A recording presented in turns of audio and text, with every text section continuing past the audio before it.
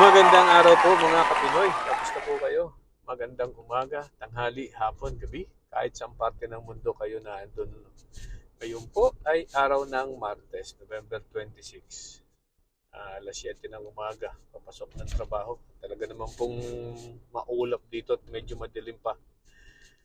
Malamig. Okay, kamusta po kayo diyan sa Pilipinas? Talagang painit ng painit. Mainit pa rin ang ating balitaktakan diyan sa Senado, sa Kongreso regarding diyan sa confidential funds na paggamit ng confidential funds na pinagkatiwala sa opisina ni VP Sara at napakarami na po ang lumalabas na pagkakamali sa pagdi-disperse o disburse ng pondo. No?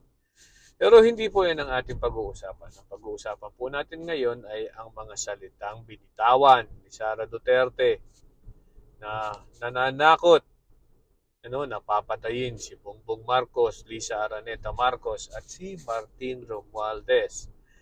Sino yung mga yan, Yan po ay ang Presidente, First Lady at ang kasalukuyang Speaker of the House na pinsan ni Bongbong Marcos.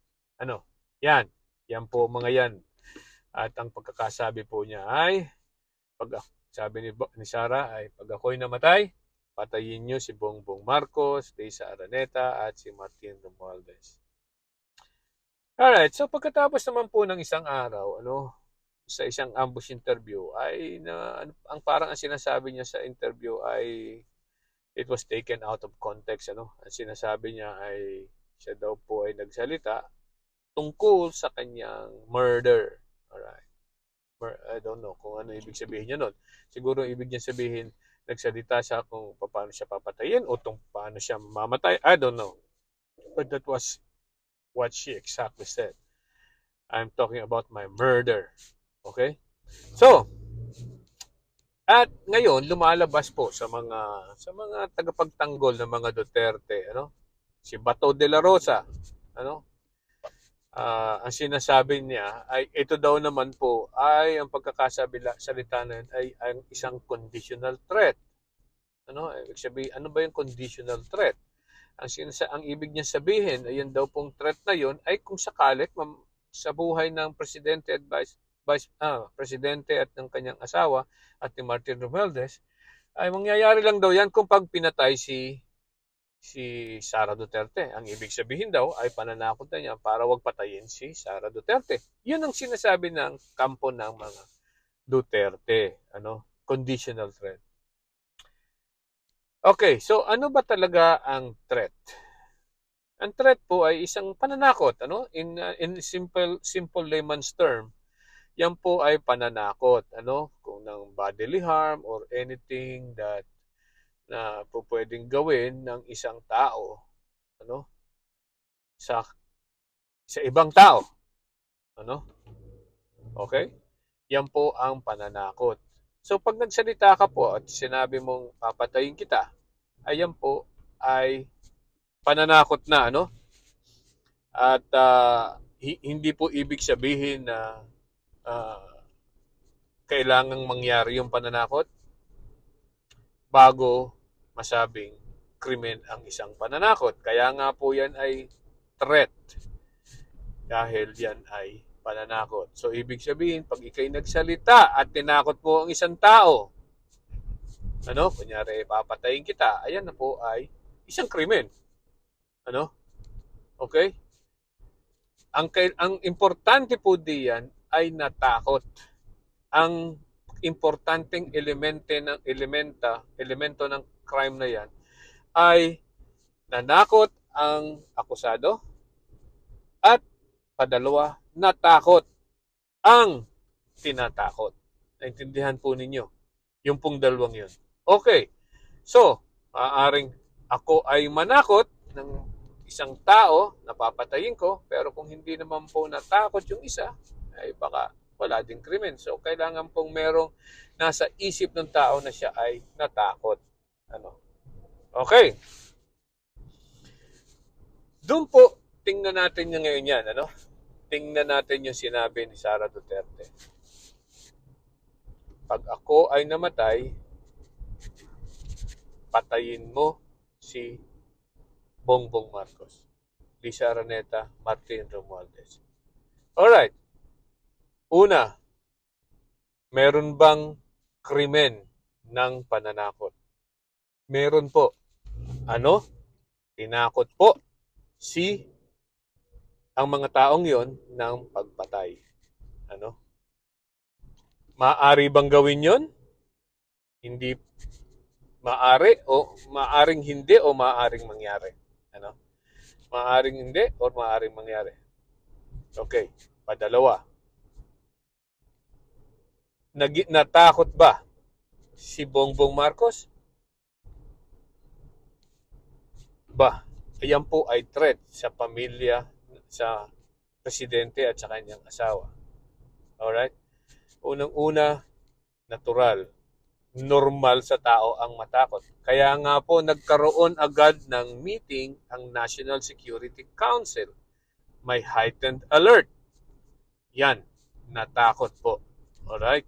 Yan po ay threat to the life of the president who is presently the head of state. Okay? Ano ang mangyayari? Ano ang consequences na maaring mangyari sa pananakot na yan? Meron, madami. Yan pong magkakaroon po ng political instability. Maaring magkaroon ng political instability dahil sa pananakot na yan. Ano ang maaring mangyari pag mayroong political instability? Baka po yung ating ekonomiya ay magkaroon ng epekto, lalo nang lumubog ang ating ekonomiya dahil kahit lubog na po. Okay, so yan po ang maaring mga epekto ng pananakot na yan. Ano? Maaring epekto ng pananakot na yan. Hindi kailangang mangyari yung ang pinananakot niyang gawin. Simply saying na may gagawin siyang masama, ayan po ay threat na. Okay? Kung sakali naman po't mangyari na ang pinananakot ay, kung sakaling mangyari ang krimen ay tinatakot, hindi na po grave threat yan o hindi na po threats. Yun po ay ibang kaso na. Ano? For example, sabihin ko na papatayin ko si Juan. Okay? So, mangyayari ay, yun po threat pa lang. Ano? Pero pag pinatay ko na si Juan, ay hindi na po threat yan. Murder na yan or homicide as the case may be. Okay? Sana maliwanag tayo dyan, ano? So dyan sa sinabi ni Sara Duterte, conditional threat. Sabi nila, no? There is no such thing as conditional threat. When you threaten somebody, threat na po yan. That is a crime. Ano? Actually, meron na pong overt act na ginawa. Ano ibig sabihin overt act? Meron na pong ginawa na pangunahing sangkap yung threat ni Sara Duterte. Kumausap na daw siya ng tao para patayin si Bongbong Marcos kung sakali siya ipapatayin. Ano? At pumayag daw yung tao. So meron ng overt act.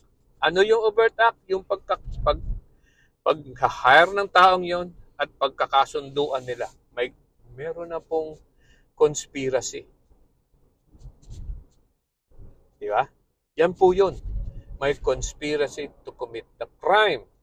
Ngayon, sasabihin, ipatay na siya kung sakalit gawin yun. Kahit na, hindi na magiging liable si Sara Duterte, pero liable yung lalaki.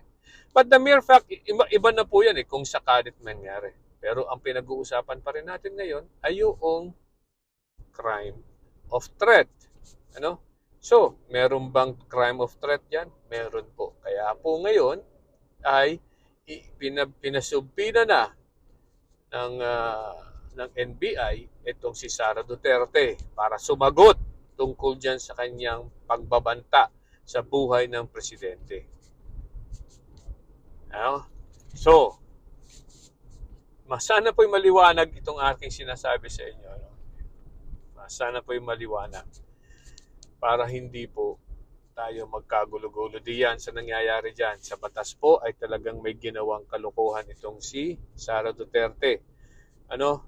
Maliwanag na maliwanag yan at maliwanag pa sa sikat ng araw. Hindi po katulad ngayon na makulimlim din sa amin. Alam niyo po, nung panahon ng ni Digong, di ba, kung natatandaan niyo, meron lang nanakot ng pagpatay kay Digong. Aba, isang teacher ata yun. Aba, ano nangyari? Di ba pinahuli? Ano? Ito rin sa, ano ba yung ginawa nila kay Lenny Robredo, di ba? Itinangkaling, parang rebellion ata, I don't know. During that time po ni Duterte, aba, talagang konting magsalita ka lang, kulong ka. Itong kay Sara Duterte ba, itong overt act of saying na papatayin ng presidente for somebody who can implement it, aba, dapat talagang makasuhan yan. Ano? Ganyan lang po yan kadali. Ganyan lang po kaseryoso ang mga bagay na yan. Okay?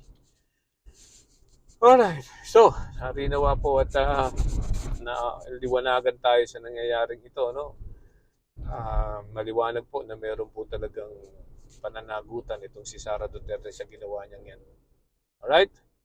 Okay. Magandang araw po muli sa inyo. Hanggang sa muli. Bye-bye.